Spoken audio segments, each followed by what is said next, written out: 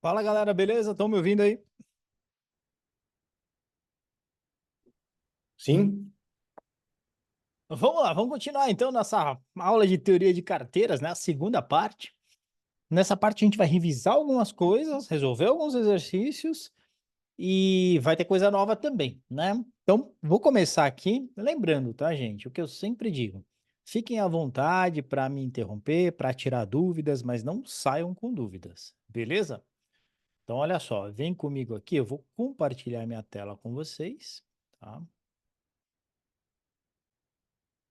Agora sim. Muito bom. A gente já começa com uma questão aqui falando de beta e retorno esperado e não sei o quê. Então, acho que a melhor coisa que a gente pode fazer é rememorar um pouquinho isso aqui, né? Relembrar algumas coisas a respeito disso, né? Então, vou chamar minha luzinha aqui. Cadê minha luzinha? Tá aqui a minha luzinha. Olha só. Tirar a cor verde, que a cor verde não se aproveita para nada, né? Você sabe. Vamos lá. Olha só, pessoal, então se liga no seguinte: a gente tem dois tipos de gráficos que são os mais conhecidos na teoria de carteiras.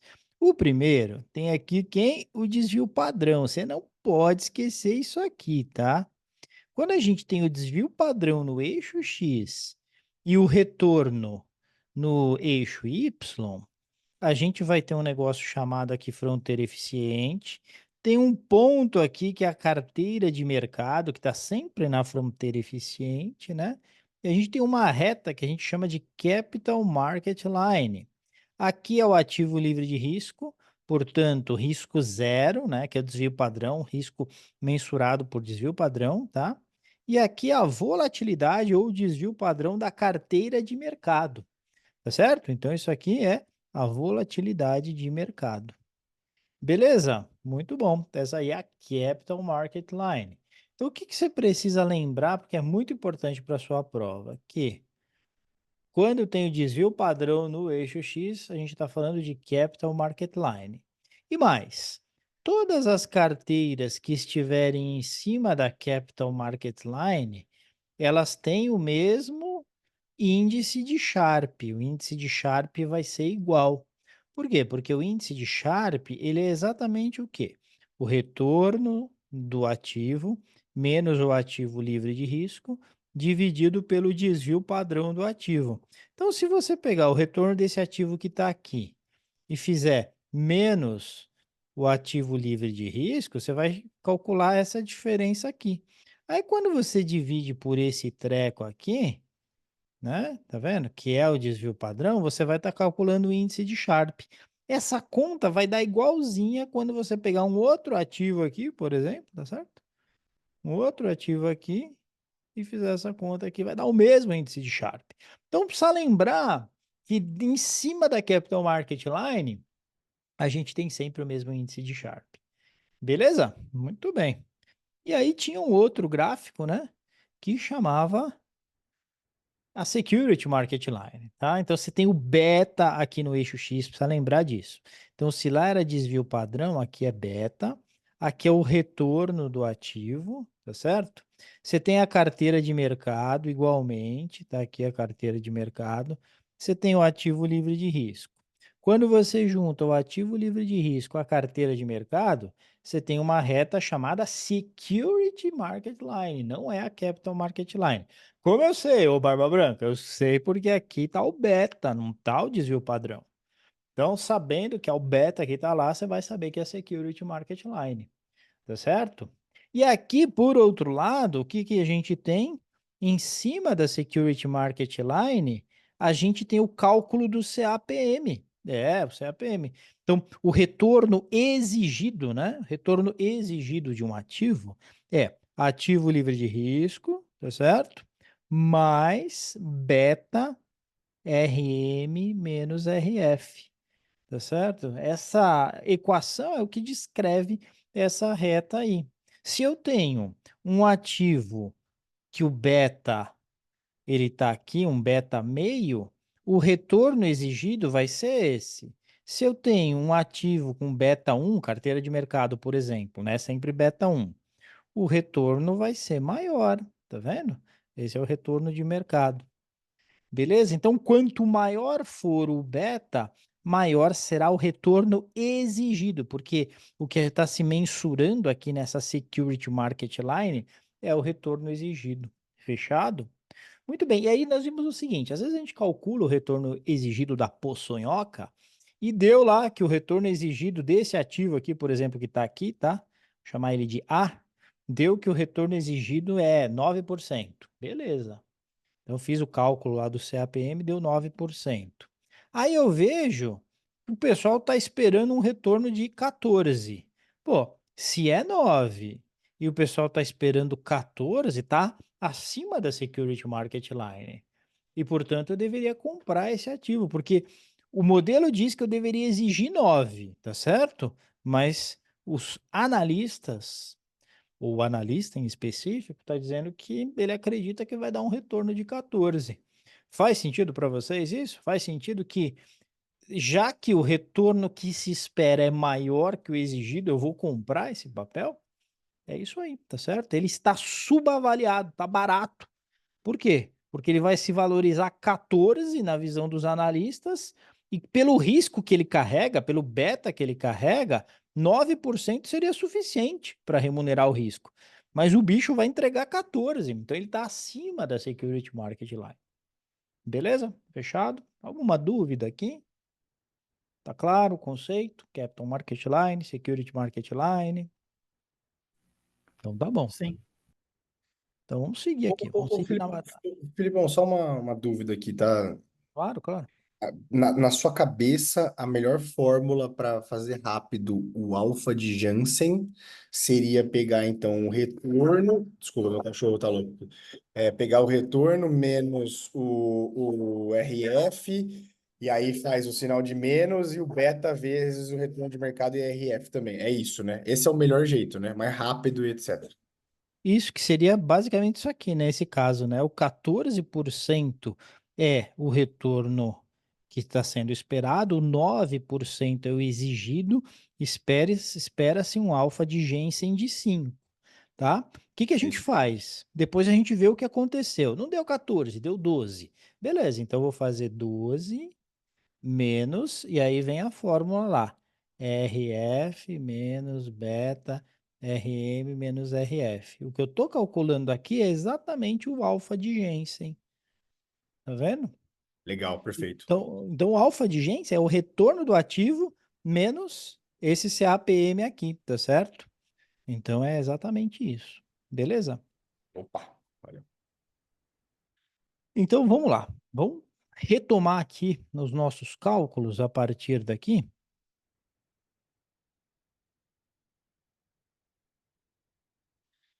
E aqui está me dizendo o seguinte: a empresa X, né, ela tem um beta aqui de 0,8, enquanto a empresa Y tem um retorno esperado de 15. Você já começa a ver aqui muita alusão a beta, então você já fica esperto, né? Esses caras aqui, eles estão falando de uma security market line. Por quê? Porque tem beta no eixo X, é o que a gente estava falando até agora.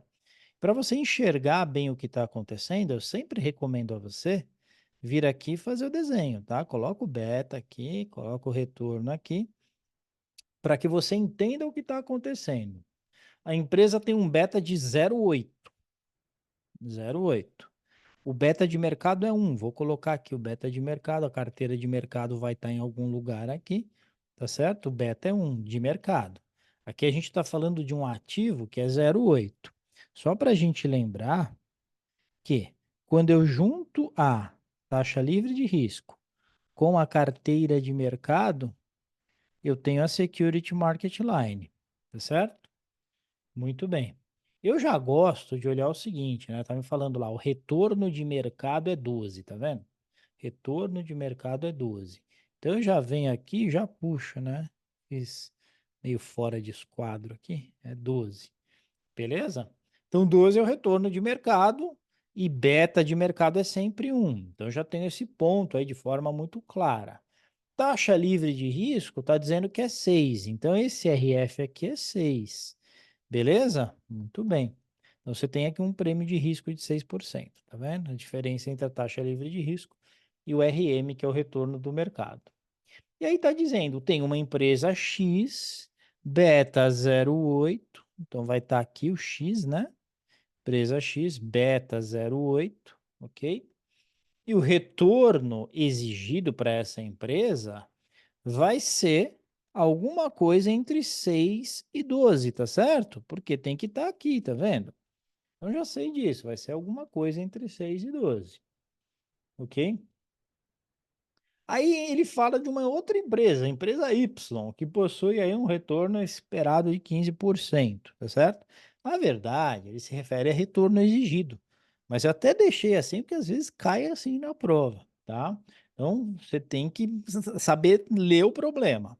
Então olha só, retorno esperado de 15, então a gente está falando aqui de 15, tá? Tá aqui em cima, né? 15% e é Y. Já deu para ver que esse beta tem que ser maior que 1, tá certo? Muito bem. Então vamos lá. A gente vai ter um beta aqui que a gente não sabe qual que é. É o beta de Y. Beleza? O retorno esperado da empresa X e o beta da empresa Y serão, respectivamente. Então vamos ter que chegar às devidas conclusões aí, certo? Então, eu vou começar aqui pela empresa X, tá certo? Então, olha só, qual que é o retorno esperado ou retorno exigido para a empresa X? Então, o retorno de X, ele vai ser a taxa livre de risco, que é 6%, e aqui eu estou usando o CAPM, tá, pessoal? Lembra, o CAPM é taxa livre de risco mais beta RM menos RF, tá? Essa fórmula tem na sua prova, você só tem que bater o olho e entender, e reconhecer essa fórmula, tá? Então, olha só, vai dar 6% mais, e aí você vai ter um beta, né? O beta que foi dado é 0,8. Opa, apertei sem querer aqui. O beta que foi dado é 0,8, né? Fiz um rabisco aí, mas vocês entendem, né? Olha só, 0,8. E aí eu tenho RM menos RF. RM menos RF é 12 menos 6%. Tá certo? Muito bem. Quanto é que vai ser o retorno exigido de X, então? Vai ser 6% mais 12 menos 6 dá 6. 6 vezes 8, 48, então aqui é 4,8%. Tá certo? Então isso aqui vai ser 10,8%. Beleza? Então 10,8% é o retorno exigido para a empresa X, tá? Aqui está falando esperado, mas o mais correto, a rigor acadêmico, seria o retorno exigido. Legal? Então, B e C já estão fora do nosso escopo. Ou vai ser a alternativa A ou vai ser a alternativa D. Beleza? Muito bem. Então, vamos agora mandar bala no cálculo do risco, portanto, do beta da empresa Y. Ok? Eu tenho que é 15%, mas eu não tenho o beta. E aí é só a gente fazer a mesma equação aqui com umas variáveis diferentes. Você vai ter que o retorno de y ele é igual a taxa livre de risco mais beta de y, RM menos RF. É o mesmo CAPM, tá certo? Só que agora, o que que acontece? Eu tenho já o retorno me foi dado, ele é 15%, né? Qual é a taxa livre de risco? A taxa livre de risco é 6%, ela já havia sido dada, legal? O beta é exatamente o que eu estou procurando, ok?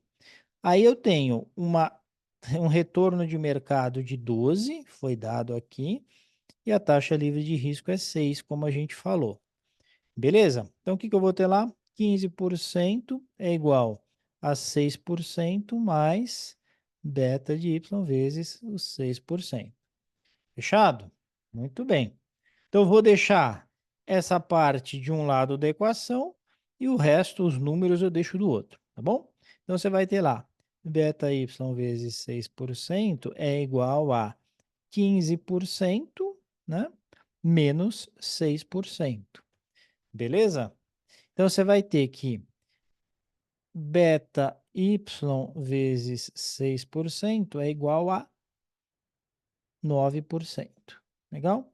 Passa o beta y dividindo para lá, né? Desculpa, passa o 6 dividindo para lá. Você vai ter beta y é igual a 9% dividido por 6%, que vai dar 1,5, tá? Então, você tem um beta aí igual a 1,5. Então, fechou, né? 10,8 é o retorno exigido, né, para a empresa X e 1,5 é o beta para a empresa Y, que torna esse retorno exigido igual a 15. Beleza? Então, você vai marcar aqui a alternativa A de acertei. Fechado? Tranquilo? Alguma dúvida? Então tá bom, vou seguir aqui, mas se tiver, mesmo depois, me faz voltar e que eu volto numa boa. Importante que você não fique com dúvida. Questão número 10. Uma ação está negociada a R$ 10. Estima-se que ela pagará dividendos no valor de 50 centavos e que seu preço atingirá 10,50 no próximo período. Sabendo que o beta da ação é igual a 0,8, então, peraí, vamos só, antes da gente continuar. Sempre que falarem para você que uma ação está negociada a determinado preço, falarem para você quanto que ela vai pagar de dividendos e o que se espera em relação ao preço, o que está tentando se exprimir aqui é o que é o retorno que o mercado espera, que os analistas, ou um analista em particular, espera para aquele papel, tá certo? É isso. Então, se você parar para pensar o seguinte, 10 vai para 10,50 e tem mais 50 centavos de dividendos. Então, qual vai ser o valor que o acionista vai ter depois de um ano, né? Que é o próximo período. Ele tinha 10, que a ação hoje está negociada a 10, tá certo? E no próximo período ele tem 11. 50 centavos está no bolso dele, que ele já recebeu como dividendos, e 10,5 é quanto vai estar valendo a ação, mas ele tem 11 no total, tá certo? Então, se foi de 10 para 11, qual é a taxa de retorno aqui que está embutida? Qual é o retorno, então, esperado para essa ação? Quando vale 10 e vai para 11, a gente está falando de uma valorização de 10%, tá certo? 10% ao ano, considerando o próximo período. Vai ser sempre anual, tá? Eles nunca vão pôr nada diferente disso. Tudo bem, gente? Entenderam? Isso aqui é o retorno esperado. Então, é o que o mercado espera que vai acontecer com esse papel. Ou o mercado, ou um grupo de analistas, ou um analista em específico. Muito bem. Felipe, então só uma dúvida. Aqui ficou mais fácil porque o cara meio que disse com dividendos, já somou ele na timeline aí, foi de 10 para 11, beleza. Se ele dá o dividend yield, eu não consigo fazer isso, né? Eu preciso entender qual que é a porcentagem, chegar no dividend yield para somar no preço futuro da ação e aí achar os, sei lá, 12, 13, 15%, sei lá quanto vai dar, pode ser. O que eu faço assim, eu sempre calculo a taxa do ganho de capital, quanto que a ação aumentou de preço, tá? E aí você soma o dividend yield. Então, por exemplo, era 10 e a ação foi para 11. Então, ela teve um aumento de 10% no seu preço. E está dizendo que o dividend yield é 5%, você faz 10 mais 5 que dá 15. Mas é soma mesmo assim? Pode fazer na cara dura essa soma assim? Pode. Por que que pode fazer na caruda? Porque o dividendo, normalmente nos exercícios da Planejar, de CFP, qualquer certificação, você imagina que o dividendo ele foi pago no final do período, tá certo? Então, como foi pago no final do período, você está colocando em cima daquela mesma base, né? Que foi a base inicial. Então, você pode somar numa boa, tá bom? Beleza. Então, olha só, 10% é o retorno esperado. Fechou? Muito bem. Agora é o seguinte, o que que nós vamos fazer? Nós vamos precisar entender quanto que se exigia de retorno. Porque as perguntas aqui, elas são se valia a pena, se vale a pena, se não vale e tal, não sei o quê. Então, eu sei que se espera 10%. Agora, eu vou correr um risco, não vou? Porque é uma ação, a ação tem risco. E pela teoria neoclássica, o que mostra o risco da ação é o beta dela. E aqui está dizendo que o beta é 0,8. Então, para uma ação de beta 0,8, qual seria o retorno exigido para esse papel, né? Para que você entenda de forma muito clara. Olha lá, carteira de mercado está aqui. O beta da carteira de mercado é 1 e o retorno de mercado geralmente é dado no enunciado do exercício, tá? Aí eu tenho uma taxa que é a taxa livre de risco. Se eu juntar ela com a carteira de mercado, eu tenho uma reta que se chama SML. Professor, por que que é SML e não é CML? Porque aqui é beta, meu filho. Já falei. Quando é beta, vai ser SML. Tá certo? Muito bem. Tá dizendo aqui o seguinte, que a taxa livre de risco, olha lá, taxa livre de risco do mercado é igual a 5. Então, já estou montando aqui minha SML para ficar confiante em tudo. 5% é a taxa livre de risco. Está dizendo que o retorno esperado do mercado é 11. Então, é 11% aqui o retorno esperado do mercado. Beleza? Muito bem. E aí ficou fácil, né? Aí é só entender, para uma ação de beta 0,8, uma ação de beta 0,8, qual vai ser o retorno exigido? Retorno exigido, ele vai estar em cima aqui da SML, né? Então, ele vai estar aqui, ó. Que de cara, assim, eu já sei que é menos que 11%, concorda comigo? Por quê? O de mercado com beta igual a 1 é 11. Tá aqui, ó. Esse aqui, ó, tá dando aqui abaixo. Então, esse retorno exigido vai ser menos que 11. Por quê? Porque o beta é menor que o do mercado. O beta do mercado é 1. Aqui o beta é menor, menos risco.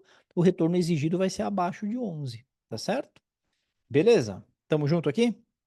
Bora fazer isso. Tá lá na fórmula do CAPM, que você vai ter o formulário na prova, e vai estar dizendo o seguinte, né? Que o retorno esperado, né?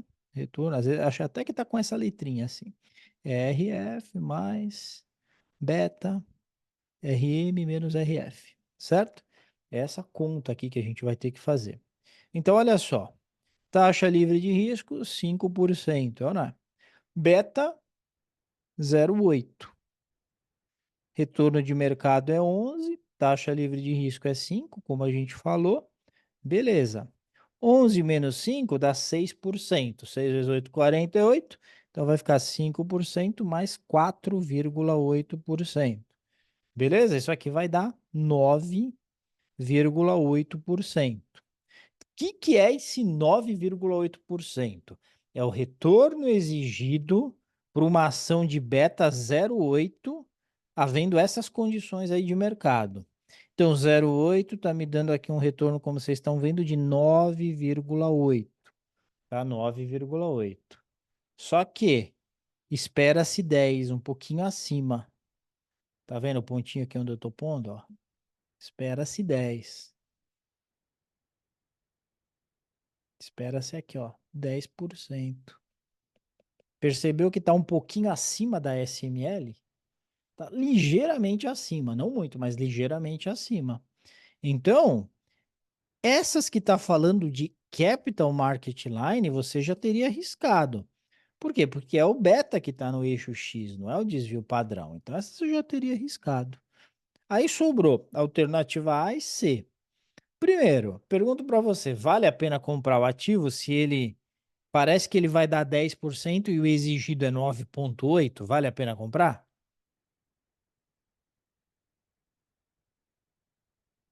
Você compraria? Vale. Pô, vale, né? Se o exigido é Vale. 9,8 e eu, como analista, acho que vai dar 10, vale a pena. Ok? Então, beleza. Então, comprar o ativo, pois encontra-se acima da SML. Você mostrei aqui para vocês, tá vendo? 10% está um pouquinho acima do 9,8 que seria exigido. Então, comprar porque está acima da SML. Alternativa A de acertei. Beleza? Você vê que vai, assim, é mais sobre o mesmo assunto porque cai. Então, você precisa conhecer legal isso aí. Muito bem. Esse exercício aqui, ele vai falar sobre Sharp, Trainor e Alpha de Jensen, ok? Então, você precisa conhecer o conceito desses três indicadores de performance.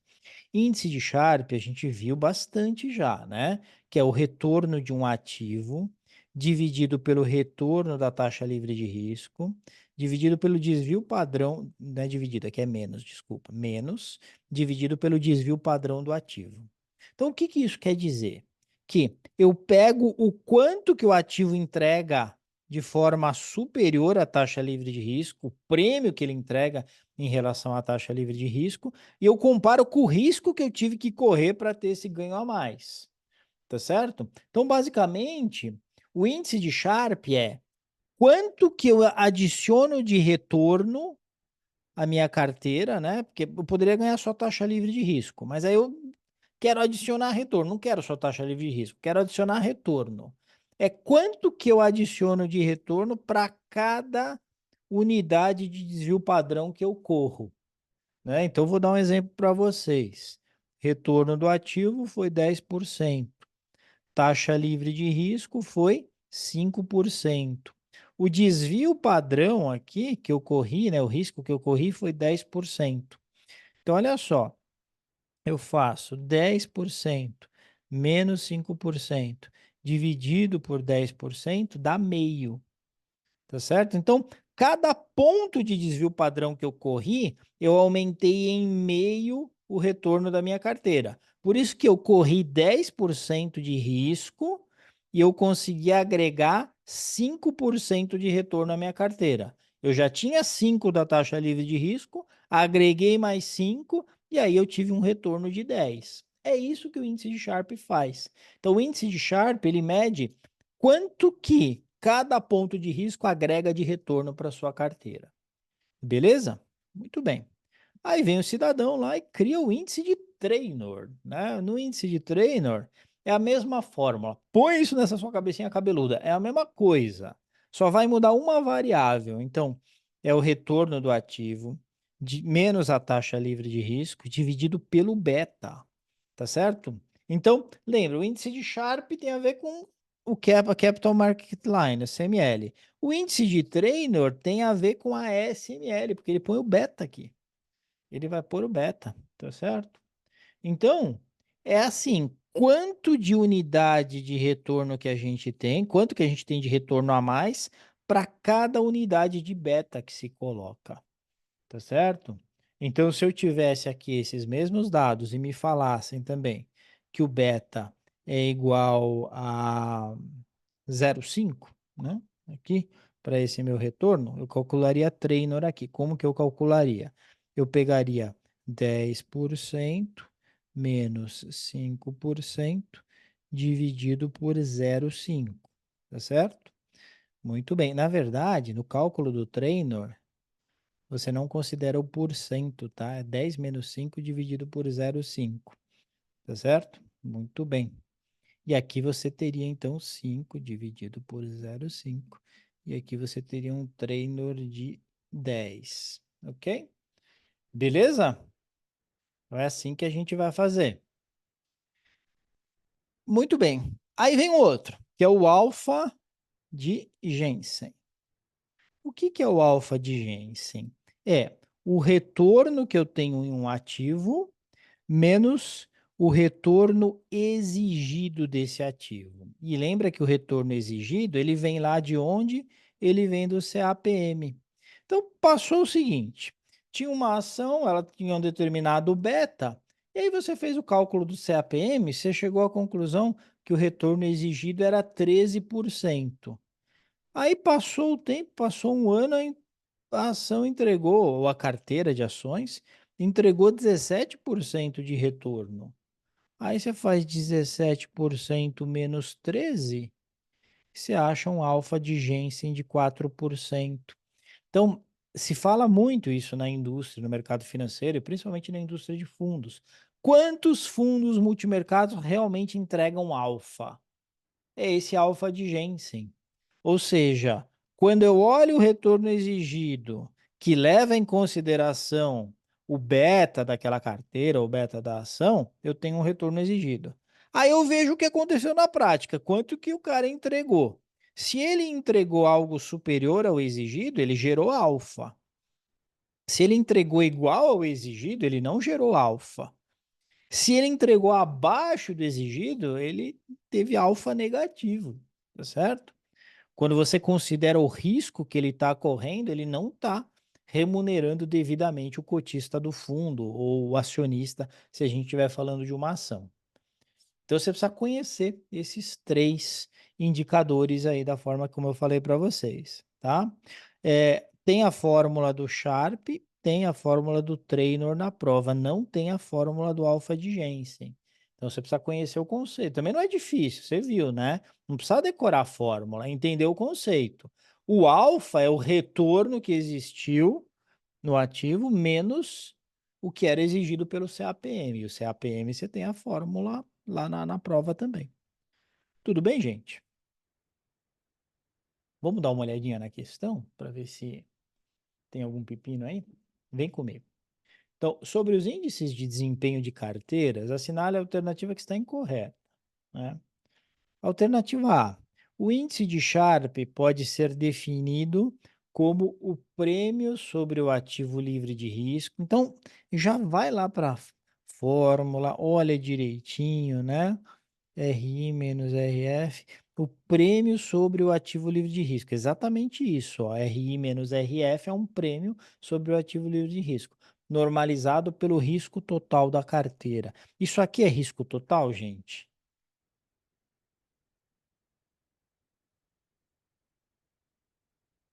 Tá parado aqui enquanto vocês não responderem. Então, eu tenho uma dúvida entre falar que é risco total ou risco não sistemático. Tá, é risco total, tá? Então isso aqui é risco sistemático mais risco não sistemático. Tá tudo aqui, Entendi, é o tá? total. Beleza. Até porque, Bruno, como é que a gente calcula isso? A gente pega os retornos da carteira, né? Imagina que eu estou calculando o risco total de uma carteira.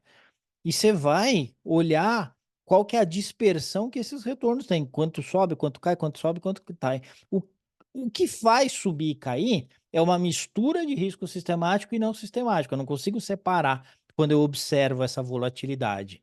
Então, é risco total. Esse conceito é importante porque os caras podem fazer 1000 questões baseadas nesse conceito. Então, lembrem, desvio padrão mensura o risco total de um ativo, de uma carteira. Tá bom? Importante. Muito bem. Então, isso aqui está correto. Essa alternativa A, ela está correta. A gente está buscando a incorreta, tá? Fique esperto. B.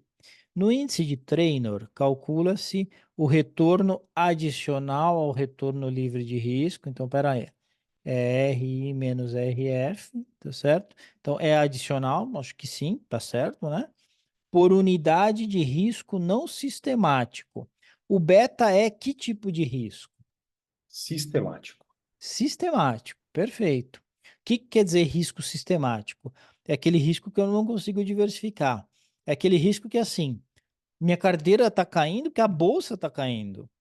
Minha carteira está subindo porque a bolsa está subindo, certo? Então não tem como eu fugir disso. Então aqui está errado porque deveria estar escrito sistemático, mas está escrito não sistemático. Então, realmente, essa é incorreta, essa que eu tenho que marcar. Legal?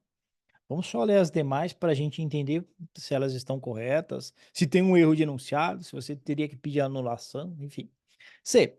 O alfa de Jensen mensura o retorno em excesso de uma carteira comparativamente ao seu resultado esperado ou exigido, que o pessoal usa de forma intercambiável, né? De acordo com os parâmetros do CAPM. É isso. Porque o alfa de Jensen é o retorno do ativo menos o retorno exigido barra esperado que vem pelo CAPM. Tá certo? Então tá corretíssima. D. Carteiras com beta mais alto tendem a precisar de um retorno maior para gerar alfa de Jensen para os seus investidores. Pensa comigo. Beta mais alto faz com que o retorno exigido seja maior ou menor? Maior? Maior, né? Beta mais alto faz o retorno exigido ser maior. Então, para que se gere alfa de Jensen, o papel ou a carteira vai ter que entregar um resultado mais alto, não vai? Então tá correto. Então, carteiras com beta mais alto tendem a precisar de um retorno maior, tá certo? Para gerar alfa de Jensen para os seus investidores, tá certinho. Tranquilo, beleza? Você vê, né? É uma mais conceitual e tem caminhado para questões mais conceituais a prova. Então, você precisa entender, tá? Precisa entender, não adianta se tentar decorar fórmulas e tal. Você precisa aplicar essas fórmulas e entender o que você está fazendo, ok? Vamos lá. Sobre o coeficiente alfa ou alfa de Jensen, analise as afirmativas abaixo. Primeira, é definido como o diferencial entre o retorno do fundo em excesso ao ativo livre de risco e ao retorno explicado pelo CAPM, tá certo? Beleza, né? Acho que é isso mesmo, ok? 2. Se o alfa é positivo, o gestor do fundo não gerou o retorno esperado pelo nível de risco da carteira. Errado, né? Eu acho que está mal formulada, para dizer a verdade, né? Porque se o alfa é positivo, o gestor ele gerou o quê? Ele gerou um retorno, Retorno acima do mercado, né, professor? ele Ou gerou um retorno acima do exigido pelo nível de Sim. risco da carteira, concorda? Isso. Pois é. Se ele gerou acima, ele não gerou o retorno esperado, ele gerou acima. Mas quando eu leio isso aqui, dá a impressão que quando eu digo que ele não gerou o esperado, é que o investidor ficou insatisfeito, né? Não dá a impressão disso? É. Na verdade, o gestor não gerou o esperado, gerou acima do esperado, mas deixou o cara satisfeito. Então, sendo literal, o alfa sendo positivo, o gestor não gerou o retorno esperado. Ele gerou um retorno superior ao esperado. Beleza? Não gosto do jeito que está formulada, tá? Mas não Vai ter vamos que brigar pagar por taxa causa de disso. performance para o gestor. Como é que é? Vai ter que pagar taxa de performance para o gestor. Tá Ah, vai, acima do esperado. vai ter que pagar. O cara entregou, nada mais justo. É isso aí. Mas você vê, taxa de performance é um negócio que a gente paga feliz, né? O duro é que a gente paga a taxa de performance num período, aí vem uma tranca no seguinte, e aí ele não devolve a taxa de performance do anterior, né? Tô rezando pro Bolsa Americana permanecer nas nuvens durante muito tempo, Felipe. Como é que é? Tô rezando pro Bolsa Americana ficar nas alturas durante muito tempo a rentabilidade dele. Tá feliz, né? Tá indicando só BDR e Bolsa Americana. Bom, bom. 3, vamos lá. Quando o alfa de Jensen é negativo, indica que o risco adicional da carteira não foi compensado por maiores retornos. Está correto isso daí?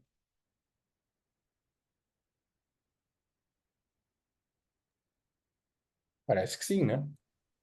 Parece que sim, Bruno. É isso aí, tá certinho, né? Porque é exatamente isso, né? Se o alfa foi negativo, olha lá, alfa de Jensen foi negativo, quer dizer que o retorno da carteira ele foi menor do que era exigido pelo CAPM, tá certo? Então o cara está entregando menos resultado do que era o exigido. Portanto, o risco adicional da carteira tinha um risco que é mensurado pelo beta, que está aqui nesse cálculo, ele não foi remunerado por esse retorno. O alfa deu negativo, é isso mesmo. Então a 3, ela, quando ela não foi compensada, tá correta. 4. Uma variável importante para o cálculo do coeficiente alfa é o beta. O beta é importante? Sim. Pra caramba, né? Porque é ele que vai determinar esse treco aqui, e aí é um menos o outro, eu vou ter que fazer conta usando o beta. Então tá certinho, 1, 3 e 4. Você marca aí a alternativa A. Beleza? Ficou alguma dúvida aí no alfa? Então tá bom. Olha só, aqui a gente tem uma questão que vai falar o seguinte: tem algumas características, né? Que a gente olha aqui, tá o fundo, tem retorno, tem o Sharpe, tem o beta, então as características estão na tabela. E aí tem algumas afirmativas a respeito desses dois fundos e a gente tem que falar se as alternativas estão corretas ou equivocadas. As alternativas não, as afirmações. Então, olha só, um investidor deveria ter apenas o fundo Onyx em carteira, pois ele tem o maior retorno. Então, primeira coisa, pessoal, a gente nunca olha só para o retorno de uma carteira. Porque às vezes eu posso ter um retorno maior que o outro, só que eu estou correndo muito risco para esse retorno. E aí vai chegar o próximo período, vai dar negativo, porque é provável que eu tenha retornos negativos numa série de períodos, já que o risco é alto. O que quer dizer risco alto em finanças? Quer dizer que pipoca para cima, mas pipoca para baixo. Então, esse número que eu enxergo de retorno, ele é menos confiável, porque às vezes ele acontece, mas às vezes vai acontecer algo muito acima, às vezes vai acontecer algo muito abaixo, então eu confio menos, a minha confiabilidade é menor. Isso que é risco em finanças. É a dificuldade em se prever qual vai ser o retorno de um ativo. Então, não, essa aqui sempre vai estar errada, uma afirmação como essa aqui, gente, porque a gente não olha só para retorno. Retorno é uma das variáveis que se olha, ok? E aí, normalmente, a gente vai olhar para um índice que junte retorno com risco. Por quê? Porque aí eu estou ajustando o retorno pelo risco que se corre na carteira. Aí alguns vão optar por usar índice de Sharpe, outros vão usar índice de Treynor, outros alfa de Jensen e assim por diante. Afirmação 2. O investidor, ele deveria ter apenas o fundo ametista em carteira, pois ele tem o maior índice de Sharpe. Interessante, né? Então está dizendo que ele deveria ter apenas o fundo ametista, porque ele tem um maior índice de Sharpe. Bom, se fosse assim, a gente pegava o melhor índice de Sharpe que tem no mercado e só coloca aquele ativo com um ótimo índice de Sharpe e não diversifica a sua carteira. A teoria da diversificação, ela diz exatamente o contrário. Ela diz que a gente deve diversificar porque quando a gente diversifica, a gente tem uma redução de risco muito maior do que a potencial redução de retorno, né? Então, a gente não pode entrar nessa, né? 3. Numa eventual crise no mercado, o fundo Onyx seria mais afetado por ter maior beta. Tá correto isso?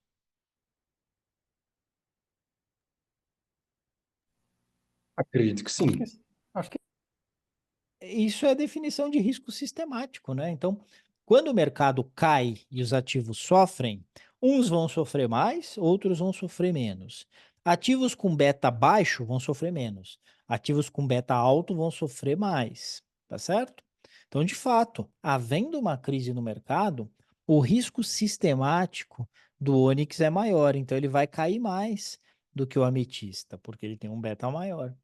Tá correta essa aqui. Essa é a definição de risco sistemático.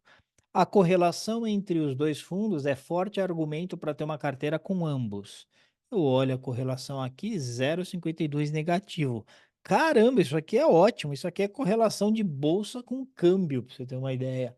Bolsa em reais versus câmbio. Então é uma ótima correlação, isso diversifica muito o meu risco. Então tá correto, é um forte argumento, sim. 3 e 4 estão corretas, marca aí a alternativa C. Beleza? Lembra o seguinte, tá, gente? Quanto maior é a correlação entre dois ativos, maior é o poder de diversificação. Então, mais forte é o argumento para colocá-los numa carteira. Questão número 14. Ao escolher um fundo de investimento multimercados, o investidor decidiu que escolheria aquele que fosse superior em dois índices. O investidor calculou Sharp, Treynor e Alpha de Jensen para os 4 fundos. Considerando um ativo de livre de risco de 3% e prêmio de mercado de 4%, qual fundo ele deverá escolher? Então, se o prêmio de mercado é 4%, isso quer dizer que o retorno de mercado é 7%, tá? Está falando do prêmio, então é quanto acima da taxa livre de risco. RF é 3%, beleza? E aí a gente precisa, então, olhando para esses dados, entender quais que são os índices de cada um, beleza? Então, vamos fazer aqui, vou incumpridar a tabelinha aqui, tá? Então, aqui vai ser índice de Sharpe, beleza? Aqui eu vou calcular o índice de Trainor, aqui eu vou calcular o alfa. Legal? Muito bem. Então, você vai ter o primeiro, o segundo, o terceiro e o quarto aqui. Então, o esmeralda, o pérola e o rubi e o safira. Então, vem comigo aqui. Vamos calcular o índice de Sharpe do esmeralda para a gente começar. Então, índice de Sharpe do esmeralda. Como é que vai ser isso? O ativo, o retorno do esmeralda, que é 10%, aqui é só substituir na fórmula que vai estar lá na prova, tá? Então, é 10% menos o ativo livre de risco, que é 3, ok? E você vai dividir isso pelo desvio padrão, tá? 12%. Volatilidade e desvio padrão é a mesma coisa, tá? 12%. 10 menos 3 vai dar 7, é 7 dividido por 12. Então, você vai ter lá 7 enter 12 divide 0,58. Beleza? Então, o índice de Sharpe aqui deu 0,58. 0,58. Beleza? Muito bem. Então, agora já vou fazer para o próximo aqui, que é o pérola, tá certo? O pérola vai ser o seguinte, vai ser 9% menos 3% dividido por 12. 9 menos 3 dá 6. 6 dividido por 12 vai dar meio, né? Meio, tá certo? Muito bom, então deu meio. Rubi, índice de Sharpe do Rubi vai ser 8%. O professor, rapidinho aqui, desculpa Pode aqui. falar, pode falar. O dividido no pérola deveria ser por 11, correto? Não por 12. Ah, viajei aqui, tem razão. Obrigado, hein? Então, olha lá. Tá vendo? Não façam isso na prova, presta atenção na prova. Então, aqui é 11, né? Então, muda o retorno e muda o desvio, tá certo? E aí, então, seria 6 dividido por 11. Legal? Então, você vem aqui, 6, enter, 11 divide, dá 0,55. 0,55, tá? Muito bem, valeu, Bruno. Então, olha só. O próximo, 8 menos 3%, que é o ativo livre de risco, e aí pega essa vol de 12, ok? 8 menos 3 dá 5, 5 dividido por 12, então você vai ter 5, enter, 12 divide, 0,42. Então, o Sharp desse aqui é 0,42. 0,42. Beleza? Muito bem. Vai para o Safira. Então, o índice de Sharp do Safira vai pegar lá 7% menos 3%, que é o ativo livre de risco, tá certo? E você vai dividir isso aqui pela vol de 7%, ok? 7 menos 3 dá 4, 4 dividido por 7. 4 enter, 7 divide, 0,57. 0,57. 0,57. Muito bem. Então, quem ganhou aqui foi o Esmeralda, tá certo? Esmeralda foi o ganhador do índice de Sharpe. Vamos dar uma olhada agora como é que a coisa fica no índice de Trainor. Então, índice de Trainor do Esmeralda. Então, é a mesma coisa lá no numerador, né? 10 menos 7, tá certo? Só que agora eu vou pegar o beta, tá? O beta é 1,4. Então, é dividido por 1,4. 10 menos 7. 10 menos 7 não, ó, animal. 10 menos 3, tá certo? Aqui, tá, pessoal? 10 menos 3. Por quê? Porque é o retorno menos a taxa livre de risco de 3. Só que a única diferença é que eu divido pelo beta. 10 menos 3 dá 7, então eu tenho que dividir 7 por 1,4. 7, enter. 1,4 divide, tá dando um trainor de 5. 5. Beleza? Muito bom. Aí eu vou fazer agora para o Pérola. Vai fazer aqui índice de Treynor do Pérola. Então, você pega o retorno do Pérola, que é 9, menos o 3, que é a taxa livre de risco, e você vai dividir pelo beta do Pérola, que é 1,1. Isso aqui vai dar 6 dividido por 1,1, né? 6, enter, 1,1 divide, 5,45. 5,45. Então, aqui tinha dado 5, aqui deu 5,45. Agora eu quero o índice de Treynor do Ruby. Mesma coisa, né? 8 menos 3, tá certo? Só que agora eu pego esse beta de 1,2. 8 menos 3 vai dar 5, 5 dividido por 1,2. 5, enter, 1,2 divide, 4,17. 4,17. E, finalmente, o Safira, índice de Treynor do Safira. Então, você vai pegar lá o 7 menos 3 e vai dividir pelo beta, que é 1. Então, vai dar 7 menos 3 dá 4, dividido por 1 dá 4. Aqui dá 4. Quem ganhou? Foi o Pérola, né? Pérola ganhou. Caramba, né? Então, agora é uma competição entre o Esmeralda e o Pérola. Então, eu vou olhar para eles dois, né? Se você tiver sem tempo, você nem vai fazer os outros. Você vai fazer Esmeralda e Pérola, porque um dos dois tem que ganhar. Porque senão não vai ter ninguém que levou em 2 quesitos. Legal? Então, vamos fazer o alfa para o Esmeralda e vamos fazer o alfa para o Pérola. Então, olha só. Lembra que o alfa, ele é o retorno do ativo menos o retorno exigido pelo CAPM, tá certo? Então, quanto que vai ser o retorno do Esmeralda? O retorno do Esmeralda foi 10%. Então, é 10% menos quanto seria o CAPM aí do Esmeralda. Então, vamos fazer aqui. Então, é menos, olha lá, eu vou colocar entre colchetes só para a gente não errar coisa de sinal aqui, tá? Vai pegar o ativo livre de risco, que é 3, então CAPM, ó, 3%, mais quanto que é o beta aqui do Esmeralda? 1,4, tá certo? Quanto que é o RM? O RM menos o RF já está dizendo que é 4%, né? Então isso aqui já é 4%, tá vendo? Então olha só, para o Esmeralda, eu vou ter exatamente essa conta aqui, 3% mais 1,4 vezes 4%. Eu vou ter o retorno exigido para o Esmeralda. Deixa eu pôr aqui, ó. 3% mais 1,4 vezes 4%. Ok? Muito bem.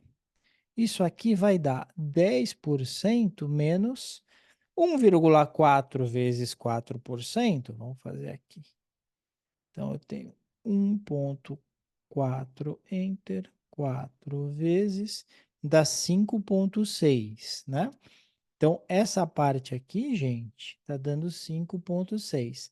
Mais 3%, que é o ativo livre de risco, vai dar 8,6%. Ou seja, o retorno exigido para o Esmeralda era 8,6. Como ele deu 10, ele deu um alfa de 1,4%, tá certo? Então, o alfa de Jensen dele é 1,4%. Ele entregou 1,4% a mais do que o CAPM exigia, né? Muito bem.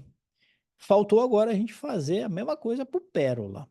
O Pérola, ele entregou uma rentabilidade de quanto? Ele entregou 9%, entregou menos, tá? Só que o retorno exigido dele, quanto que era? 3%, que é o ativo livre de risco, mais... Aí tem que olhar para o beta dele. Se você olhar o beta dele, é menor, ele é 1,1. Então, é 1,1 vezes 4%, que era o prêmio do mercado.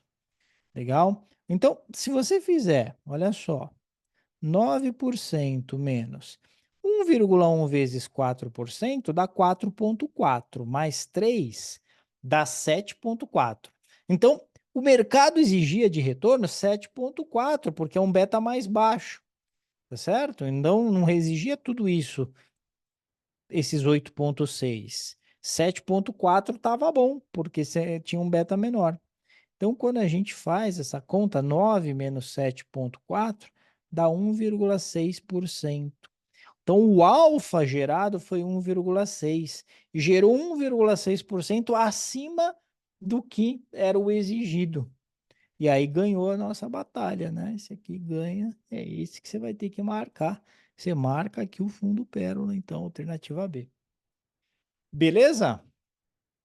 Exercício longo, né? Não é difícil, mas é longo. Então tem que ter bastante atenção no que você está fazendo e administração do tempo, né? Então vê que um exercício longo desse, melhor deixar para o final, para você não se embananar em outros que precisariam ser feitos. Alguma dúvida?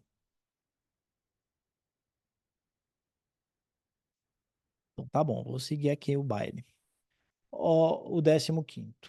15º vai falar a respeito de estratégias de balanceamento de carteira, né? Então tem algumas aulas que a gente fala sobre isso.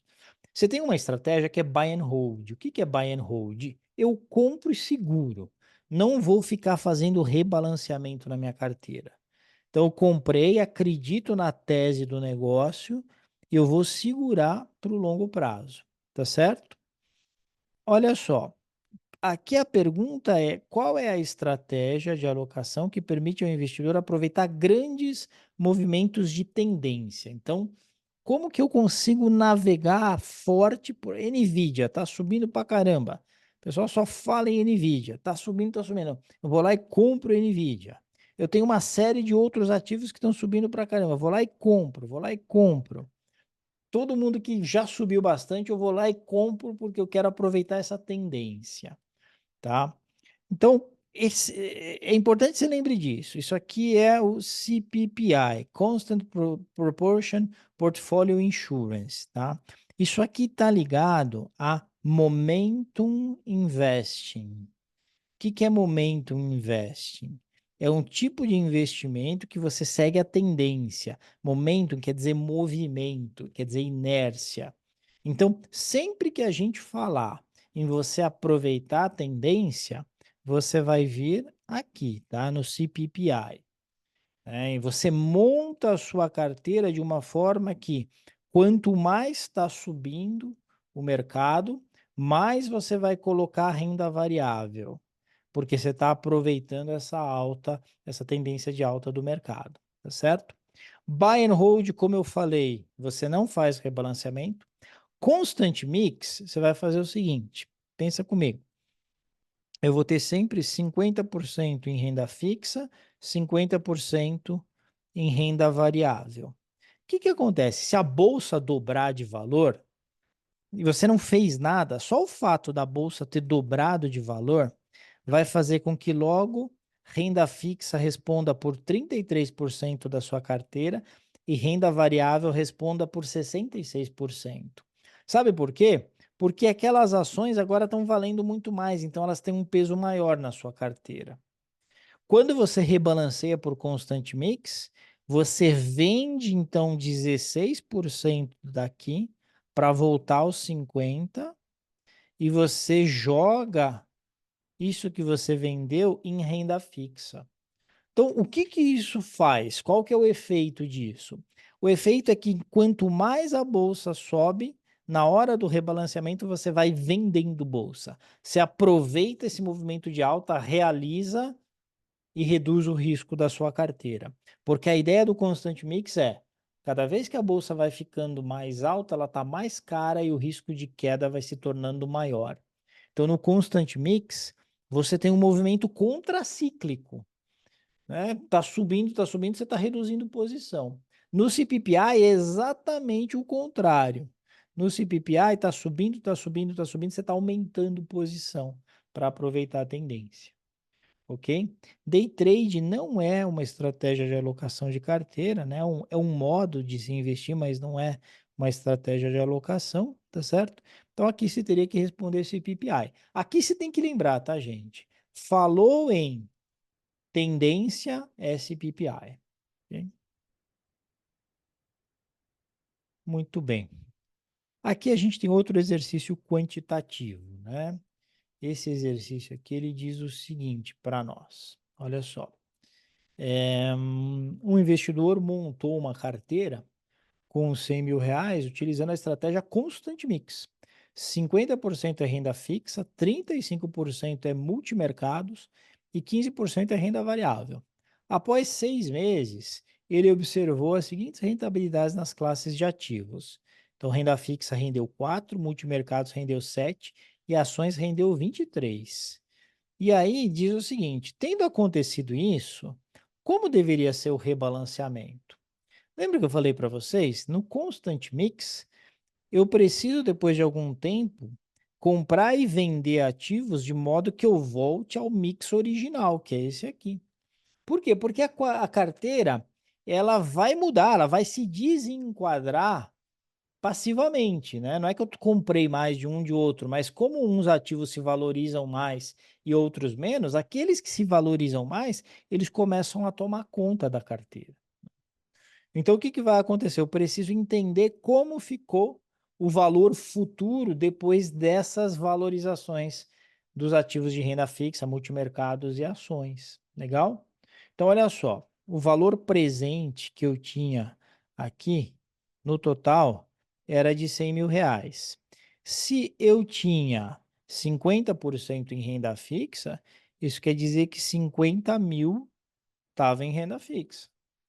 Se eu tinha 35% em multimercados, quer dizer que 35.000 estava em multimercados. E se eu tinha 15% em renda variável, né? Eu tinha, então, R$ 15.000 em renda variável. Essa era a minha carteira, para começar. Foi assim que se iniciou. Beleza? Aí o que aconteceu? Eu tive uma rentabilidade de 4% na renda fixa. Então, o que era 50.000 rendeu 4%. Se eu pegar lá, ó, 50.000, colocar 4% de rendimento, foi para 52.000. Então, o que aconteceu aqui? Eu passei a ter 52.000. 35.000 rendeu 7. Então, o que estava em multimercados era 35.000, certo? Rendeu 7. Passei a ter 37.450. Passei a ter 37.450. O que era 15.000 rendeu 23%, que são as ações. 15.000 rendeu 23%. Eu passei a ter 18.450, tá? 18.450. Então, foi isso que aconteceu ao longo do tempo. A minha carteira agora, ela tem um patrimônio de quanto? É a soma desses três aqui, do 52 com 37 e com 18.450. Deixa eu ver quanto é que está dando. Então, 18.450, que já está lá na tela para mim. Vou somar com 37.450, então 37.450 a mais, né? E vou somar também com 52.000. Então, vem aqui, ó, 52.000. E chego no 107.900. Então, olha só, gente. Eu tinha aqui 107.900. Esses 6 meses depois, esse foi o rendimento da minha carteira. Sai de 100.000 e vai para 107.900. Legal? Muito bem. Agora, pergunto para você, esse patrimônio de 107.900, como que ele deveria estar distribuído? Ele deveria estar distribuído assim: 50% dele deveria ser renda fixa, porque esse é o mix, o constant mix. Se ele é constante, ele teria que voltar para esses valores. Então, metade de 107.900, que é 50%, teria que estar em renda fixa. Então, o que eu vou fazer aqui, né? Deixa eu pôr isso aqui na memória. E aí eu busco lá na memória e digo o seguinte: eu tenho lá isso aqui, eu quero 50%, ou seja, 53.950, gente, 53.950 deveria ser renda fixa, tá? Mas desenquadrou, tem só 52 lá. Beleza? Que mais? 35% desse total aqui deveria ser multimercados. Então, vou pegar o total novamente, né? Que é o 107,90, né? E vou dizer o seguinte, 35% disso é quanto? Ah, 37.765. Então, 37.765 deveria estar em multimercados. E finalmente, 15%, né? Deveria estar em ações. Então pega de novo lá o valor total da carteira hoje, 15%, que é 16.185. 16.185 deveria estar em ações. Beleza? Então, estão vendo? Eu vou precisar fazer algumas adequações. Então, o que que eu tenho que fazer? Olha só. Eu tinha 52 em renda fixa, mas eu preciso ter 53.950. Então, eu tenho que comprar 1.950 de renda fixa para chegar lá. Estão vendo? Se liga nessa aqui, ó. Eu tenho 37.450 em multimercados, mas eu preciso 37.765. Então, olha só. Eu preciso 37.765. Eu tenho 37.450. Então, eu preciso comprar 315 de multimercados. Então, eu preciso comprar 315 de fundos multimercados. E ações? Eu tenho 18.450, mas era para ter menos, era para ter 16.185. Então, eu vou ter que vender um pouco dessas ações. Quanto que eu vou ter que vender? 16.185, né? Menos o que eu tenho aí, que é 18.450. Então, 18.450 menos, vou ter que vender R$ 2.265 em ações, tá certo? Então, menos R$ 2.265. Entenderam? É isso que eu vou ter que fazer com cada um dos bagulho. Muito bem. Então, olha só. Se a gente olhar as respostas, marque a alternativa que mostre qual deverá ser a sua atitude no rebalanceamento. Não fazer nada. Não fazer nada, pois a estratégia Constant Mix não requer balanceamento. Tá errado. A Constant Mix ela requer que a gente volte ao mix inicial.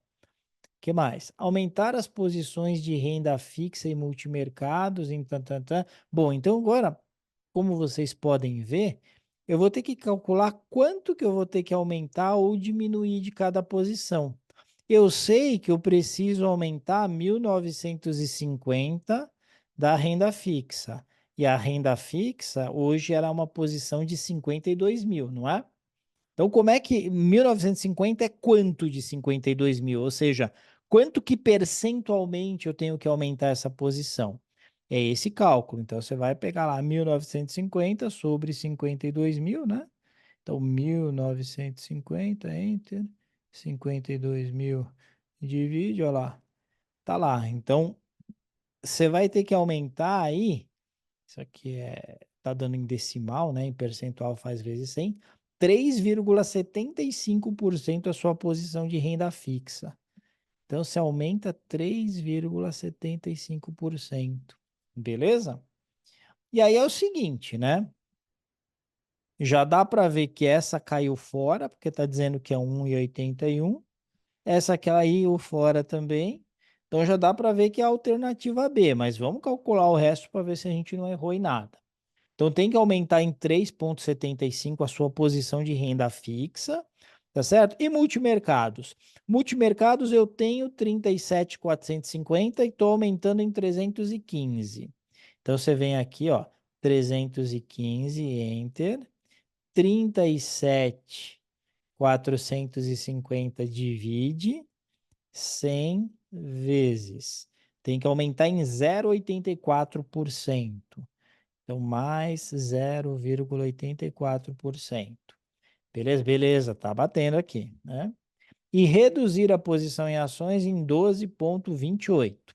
Vamos ver. Eu tenho 18.450, preciso vender 2.261. Então, você vem aqui.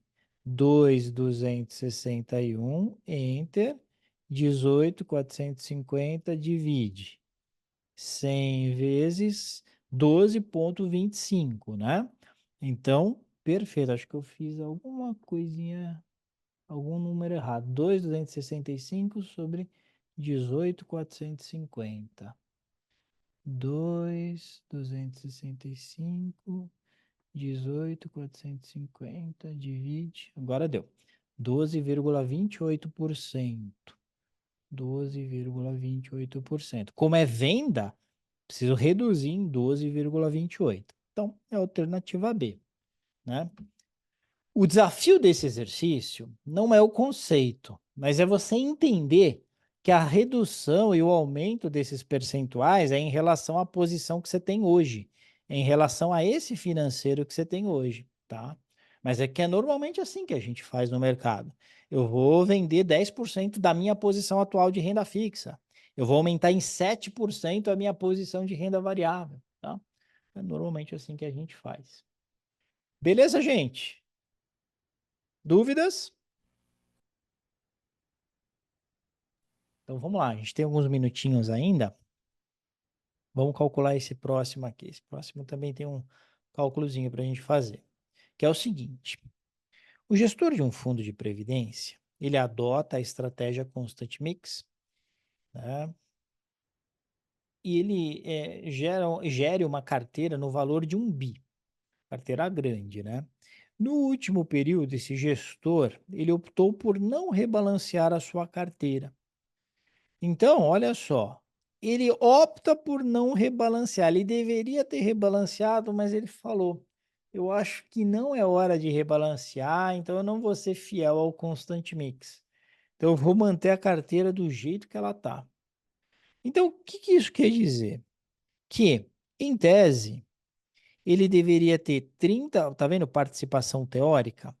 30% deveria estar em ações, 30% deveria estar em multimercados e 40% deveria estar em ativo livre de risco, tá certo?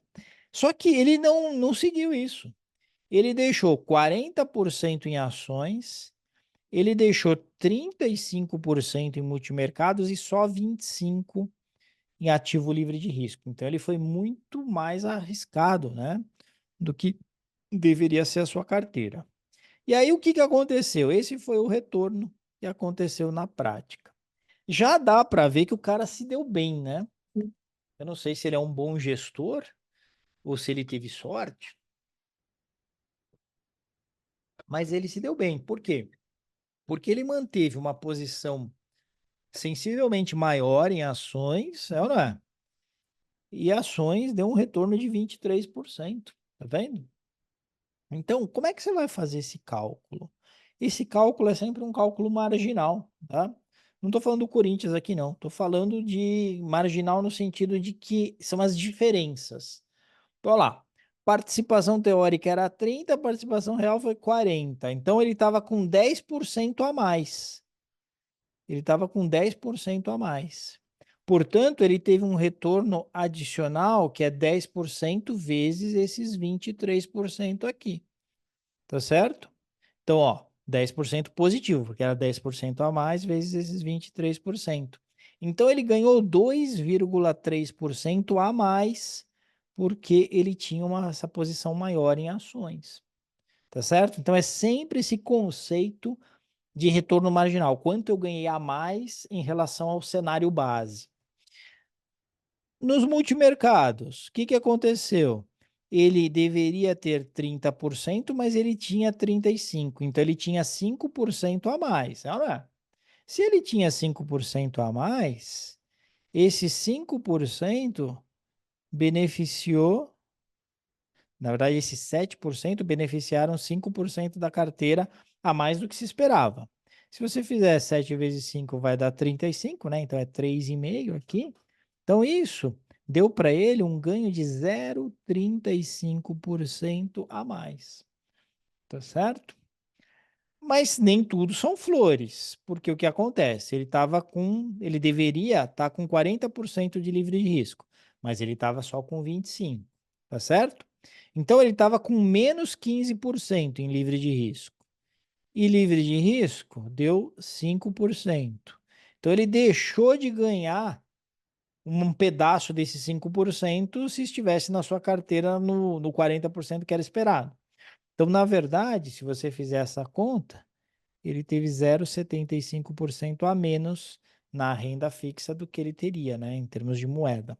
Se você somar esse treco todo aqui, você vai ver que a carteira como um todo rendeu 1,90% a mais. A carteira não era de 1 bi? Quanto que é 1,90% de 1 bi? Porque esse foi o ganho a mais, certo? Então, eu vou vir aqui, né, 1 bi. Certo? Vamos lá, 1 bi. E eu preciso colocar quanto? 1,9%. Tá lá, 19 milhões. Tá vendo? 19 milhões. Então, 1 bi vezes 1,90% vai me dar 19 milhões. Beleza? 19 milhões, a alternativa C é essa que você tem que marcar. Ok? Tranquilo? Uma dúvida? Muito bem. Meio chatinha também, mas é importante saber fazer. Pessoal, essa aqui caiu, se eu não me engano, há 2 provas atrás, né? E essa vai falar sobre o Enzo. Brincadeiras à parte, né? Que o pessoal tem zoado o nome do Enzo ultimamente, mas olha só. O Enzo é uma pessoa que está começando a se interessar cada vez mais pelo mercado acionário e ficou sabendo sobre uma estratégia chamada CPPI. O que eu falei que é essa estratégia?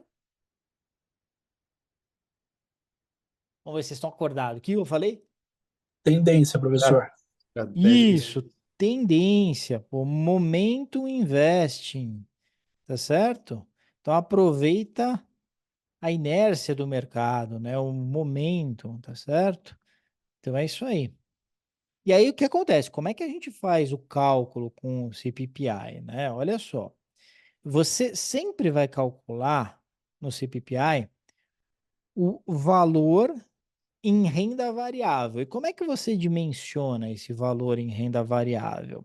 O valor em renda variável, ele vai ser o valor da sua carteira, né, o valor total que você tem para montar a sua carteira, menos o valor que você vai proteger, aquele valor que é como se fosse um capital garantido.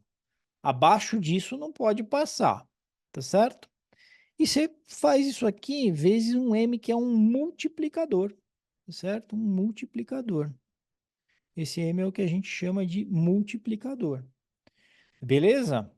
E da onde que vem esse multiplicador? Esse multiplicador, ele é o seguinte, ele varia de acordo com a perda máxima que você acredita que pode acontecer no mercado. Então, eu estou fazendo a minha carteira para um ano, para rebalancear daqui a um ano. E na minha visão, a bolsa, ela não vai cair mais do que 25%. Então, a perda máxima é 25%. É aqui é uma coisa que você tem que saber. Então, esse multiplicador, só para não atrapalhar aqui, vou pôr aqui no canto. Multiplicador é sempre 1 dividido pela perda máxima. Nesse caso, quanto é que vai ser? 1 dividido por 25%, né? 0,25, 25% é a mesma coisa. Então, o meu multiplicador aqui é 4, tá certo? Beleza. Então, eu vou ter que usar esse 4. O resto está dado no enunciado. Valor da carteira, 400k, tá certo? Então, você vem aqui e você vai colocar 400k. O valor a ser protegido, 350. 350k. O multiplicador, 4. Beleza? Quanto é que vai dar isso aqui? 400 menos 350 dá 50k. 50k vezes 4 dá 200k. Então, 200 mil é o valor que eu vou pôr em renda variável. Metade em renda variável, metade em renda fixa. Tá certo? Muito bem. O que vai acontecer? À medida em que vai subindo esse mercado, né? Vou tendo um aumento da renda variável, o valor da minha carteira vai subindo, tá certo? Se o valor da minha carteira vai subir, imagina que eu vou rebalancear depois de 6 meses. O valor da minha carteira subiu, foi para 500k, eu continuo protegendo 350k, isso aqui vai dar 150. Quando eu multiplicar por 4, eu vou chegar num valor sensivelmente superior, né? Então, eu vou colocar um valor maior em renda variável, que na verdade eu sempre acabo subindo aqui o valor que eu vou proteger. Então, eu acabo colocando, sei lá, uns 400, né? Ou até 450. Então, à medida que eu vou tendo essa tendência, eu vou determinando o quanto que vai para a renda variável e o quanto que vai para a renda fixa. Tá bom? Beleza? Então, não costumava cair nenhuma questão numérica de CPPI, tá? Isso aqui era lenda, questão numérica, até que caiu a umas 2 provas. Então, a gente chegou à conclusão que é importante que vocês saibam essas fórmulas aqui. Tem que saber essas duas, tá? Esta e esta aqui. Beleza? E aí não tem Beleza. jeito. Tem que decorar, tá, pessoal? Decora a fórmula direitinho que aí tá tranquilo. Questão 19, estamos acabando, tá? Só mais 2. A respeito da alocação de ativos, podemos afirmar. Então vamos lá. A alocação tática utiliza o que se acredita ser a distribuição ideal entre as diversas classes de ativos, considerando que volatilidade dos mercados será baixa. Representa o referencial dos investimentos a longo prazo em relação à alocação de ativos. Pessoal, a gente tem alocação tática e alocação estratégica, tá? Então, dentro desse conceito, né, a estratégica ela tá ligada ao longo prazo. A tática, ela tá ligada ao curto prazo, né? Lembra que sempre o que é estratégico na sua vida é uma meta de longo prazo. Tática é aparecer uma oportunidade, você faz um trading ou alguma coisa assim. Tá certo? Então não dá para falar que a alocação tática ela é a distribuição ideal entre as diversas classes e representa o referencial a longo prazo. Isso está errado. B. A alocação estratégica utiliza os mesmos princípios da alocação tática, mas permite que, caso tenhamos uma boa visão da direção de algum indicador de mercado de curto prazo, montemos, né? A gente permite montar uma posição ativa para tirar proveito da evolução do mercado. É o contrário, a tática faz isso, a estratégica não. Porque a estratégica ela é de longo prazo, então não tem esses movimentos táticos, tá? Tá errado. C. A alocação estática, ela busca uma manutenção do mix inicial, independente da expectativa de fortalecimento ou enfraquecimento de determinado setor, que é o constant mix, né? Um mix inicial. Então tá certinho aqui. Já a alocação dinâmica busca ajustar os ativos de acordo com a dinâmica do mercado, vendendo ativos sobrevalorizados e comprando os subvalorizados. Tá correto isso aqui, então é essa que você tem que marcar, a alternativa C. Beleza? Muito bem. A derradeira, né, para a gente terminar. Olha só. Uma ação, né, distribuiu dividendos no valor de R$ 2,00 no último ano. Estima-se um crescimento nos dividendos no valor de 5% ao ano. E o retorno exigido pelo acionista é de 12%. Qual é o preço justo dessa ação? Então, olha só, o que a gente vai ter que fazer aqui, né?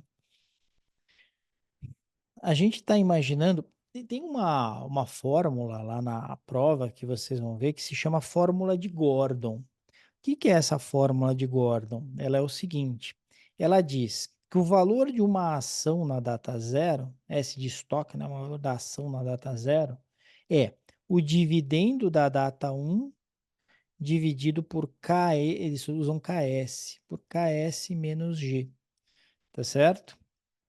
Então, você precisa saber essa fórmula para fazer o exercício aqui, mas lá na prova vai estar lá. Então, você não precisa decorar. Só precisa tomar cuidado com uma coisa que é uma pegadinha que às vezes eles fazem de um jeito, às vezes eles fazem de outro, que é o seguinte. Ó, a ação hoje, na data zero, é o dividendo da data um sobre KS menos G. E o KS, ele é exatamente o que você calcula no CAPM, tá certo? RF mais beta RM menos RF. Por quê? Porque é o retorno exigido pelo acionista. Só que aqui eles foram bem legais, então já falou o seguinte, ó, é 12% ao ano, então tá calculado já o CAPM. Então já foi dado aqui 12%, tá vendo? Então beleza, show de bola. É só colocar os dados aí e fazer o cálculo. A ação distribuiu dividendos no valor de 2. Eu te mato se você colocar 2 aqui, porque ela distribuiu no valor de 2 nesse último ano. Então, o último dividendo, né, o mais recente, que é o D0, ele foi de R$ 2. Quanto é que vai ser o D1? Vai ser o R$ 2 mais um crescimento, tá certo? Mais um crescimento. E cresce como os dividendos? Crescem 5% ao ano. Então, o próximo dividendo, quanto que vai ser? 2, coloca no valor presente, 5 é a taxa, 1 é o N e chama o valor futuro. Ah, 2,10. Tá vendo? Então, o que que vai acontecer? O D1 vai ser 2,10, ele vai ser ligeiramente maior do que 2, porque está falando que os dividendos crescem a 5%. Então vai ser 2,10. Aqui vai ser 12%, né? Que é 0,12, tá certo? Como eu falei para vocês, o KS é 12%. E aqui é 5%, então é 0,05. Beleza? Cálculo fácil, mas você precisa entender o que está acontecendo, senão você pega surpresa. Então, 2,10 dividido por 0,07, né? Se você fizer isso, vai dar 30, não vai? 2,10 entre 0,07 divide deu 30. Então vai dar R$ 30. É isso que você marca. Vem aqui e marca a alternativa A, igual Ô, a Felipe, R$ 30. Oi, perguntar uma coisa. Se não pode falar. tivesse, se não tivesse, se a pergunta, né, não tivesse aí o retorno exigido, esses 12%, a gente teria que calcular esse retorno via CAPM, né? Ia ter que E aí, falar o para. beta, taxa livre de risco. Exato, exato. Então ele teria que dar outras informações para a gente chegar no retorno exigido, para aí depois a gente calcular o Gordon, né? É isso aí, teria que te dar subsídios para isso, Beleza, tá bom? valeu. Bom, pessoal, meio pesadinha essa aula, né? Mas precisava, tá? Então precisava, e eu volto a recomendar para vocês. Gente, é importante fazer os simulados, quero que vocês façam tal, mas peguem essas questões das aulas ao vivo e resolvam elas novamente, tá? Resolvam sem olhar a resolução, resolvam, cheguem no resultado, depois olhem a resolução. Beleza? Eu vou fazer o seguinte, estou com as marcações aqui, eu vou colocar tanto o material sem a resolução no PPT, quanto o material com a resolução no PPT. E aí vocês checam, porque é mais rápido que você assistir o vídeo direto, né? Você assiste o vídeo se você ficou com mais dúvida. Mas senão você vai bater o olho e vai checar com a sua resposta, tá bom? Mas façam isso. Se vocês fizerem novamente essas questões, eu estou abarcando aqui o que tem caído. Então não vai fugir disso, teoria de carteiras. E as outras matérias também, tá? Mesmo os outros professores, a gente conversa aqui, a gente está pegando o apanhado do que tem sido cobrado de verdade. Então, foca nas questões dessas aulas ao vivo. Resolve novamente como sem olhar a resolução, chega no resultado. Ficou com dúvida? Aí olha de novo a resolução. Porque é isso que vai dar subsídios para vocês estarem preparados lá para o dia da prova. Combinado? Combinado. Beleza. Obrigado aí Valeu. pela paciência, gente. Um abração. Tchau, tchau. Boa noite, gente. Obrigado, professor. Valeu.